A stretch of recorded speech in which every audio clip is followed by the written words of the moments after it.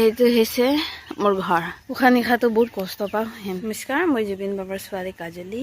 মই কেনেকৈ জীয়াই থাকোঁ, কেনেকুৱা ঘৰত আছোঁ, কেনেকুৱা জেগাত আছোঁ, মই দেখাই দিম আপোনালোকক। আজি মই আপোনালোকক দেখাম জুবিন কন্যা কাজলীৰ ঘৰৰ এক ভয়ংকৰ দৃশ্য।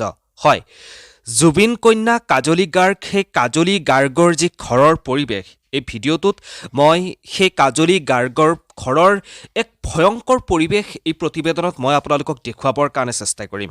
এফালে কাজলী গাৰ্গৰ ঘৰৰ পৰিৱেশ আৰু আনফালে মই আপোনালোকক দেখুৱাম জুবিন গাৰ্গৰ ঘৰৰ পৰিৱেশ।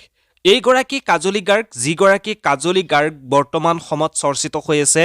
জুবিন গাৰ্গৰ মৃত্যুৰ পিছতেই তেওঁৰ মনৰ কথাবোৰ ছ'চিয়েল মিডিয়াৰ জৰিয়তে এইগৰাকী কাজলী গাৰ্গে শ্বেয়াৰ কৰিছিল। আচলতে কেনেকৈনো জুবিন গাৰ্গে এই কাজলীক নিজৰ সন্তানৰ পৰিচয় দিছিল, কেনেকৈ নিজৰ সন্তান কৰি ৰাখিছিল এই কাজলী গাৰ্গক, আৰু জুবিন গাৰ্গৰ মৃত্যুৰ পিছত কিহৰ কাৰণে কাজলী গাৰ্গে জুবিনৰ পৰিয়ালটিৰ ওচৰলৈ যোৱা নাছিল, কিহৰ কাৰণে জুবিন গাৰ্গৰ কাষত থিয় হোৱা নাছিল, বহুতে দেখা নাছিল। আচলতে সকলোখিনি কথা তেওঁ ইতিমধ্যে সামাজিক মাধ্যমত আহি কৈছে। কিন্তু আজিৰ এই প্ৰতিবেদনত কাজলী গাৰ্গৰ যি ঘৰৰ যি পৰিৱেশ, ঘৰৰ সেই সম্পূৰ্ণ পৰিৱেশটো মই আপোনালোকক দেখাম। এক ভয়ংকৰ পৰিৱেশ বুলি ক'ব লাগিব। আৰু এই কাজলী গাৰ্গৰ জীৱনৰ যি তেওঁ যাত্ৰা, যিদৰে তেওঁ আজিৰ সময়ত যেনেকৈ তেওঁ জুবিনৰ কন্যা হয়, জুবিন গাৰ্গৰ জীয়ৰী হৈ যিবোৰ ষ্ট্ৰাগল কৰি তেওঁ জীৱনটোত আগুৱাই গৈ আছে, সেই কথাখিনি শুনি আপোনালোক কিন্তু আচৰিত হৈ পৰিব।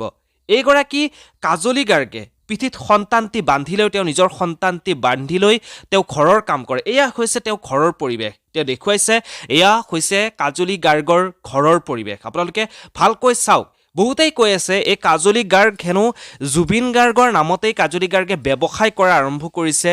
জুবিন গাৰ্গৰ নাম লৈ জুবিন গাৰ্গক নিজৰ পিতৃ বুলি পৰিচয় দি এই কাজলী গাৰ্গে টকা সৰকোৱা বুদ্ধি পাঙিছে। কিন্তু সেয়া সম্পূৰ্ণ মিছা। যদি সেয়াই সঁচা হ'ল হয়, তেতিয়াহ'লে এই কাজলী গাৰ্গে জুবিন গাৰ্গ জীৱিত থকা অৱস্থাতেই তেওঁ নিজৰ মাটি সম্পত্তি কৰি ল'ব পাৰিলে হয়।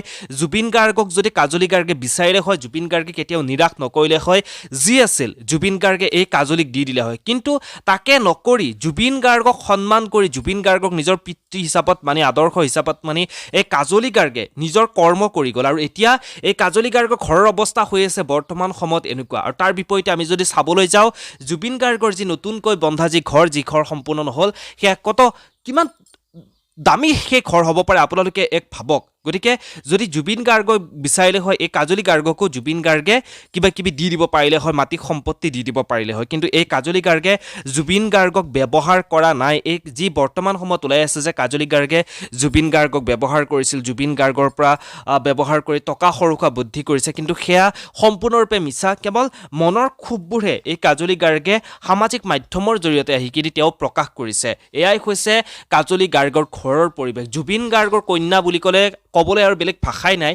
এই জুবিন গাৰ্গৰ কন্যাৰ ঘৰৰ পৰিৱেশ হৈছে এয়া। আচলতে কাজলী গাৰ্গক সেৱা প্ৰতিপন্ন কৰাবৰ কাৰণে চেষ্টা কৰোৱা হোৱা নাই। কাজলী গাৰ্গে নিজেই এই পৰিৱেশটো দেখুৱাইছে। আচলতে মানুহে যিহেতু কাজলী গাৰ্গক বৰ্তমান সময়খিনিত বহুতেই জুবিন গাৰ্গৰ নামত টকা ঘটা বুলি ক'ব বিচাৰিছে, সেইকাৰণে কাজলী গাৰ্গে নিজেই তেওঁ ঘৰৰ পৰিৱেশটো এইদৰে ভিডিঅ' কৰি সামাজিক মাধ্যমত দেখুৱাইছে, যাতে মানুহৰ মনত ভুল ধাৰণা এটা সোমাই নাথাকে তাৰ বাবে। বাকী এই বিষয়ে আপোনালোকে আপোনালোকৰ মতামতসমূহ জনাবলৈ একেবাৰে নাপাহৰিবচোন। ধন্যবাদ।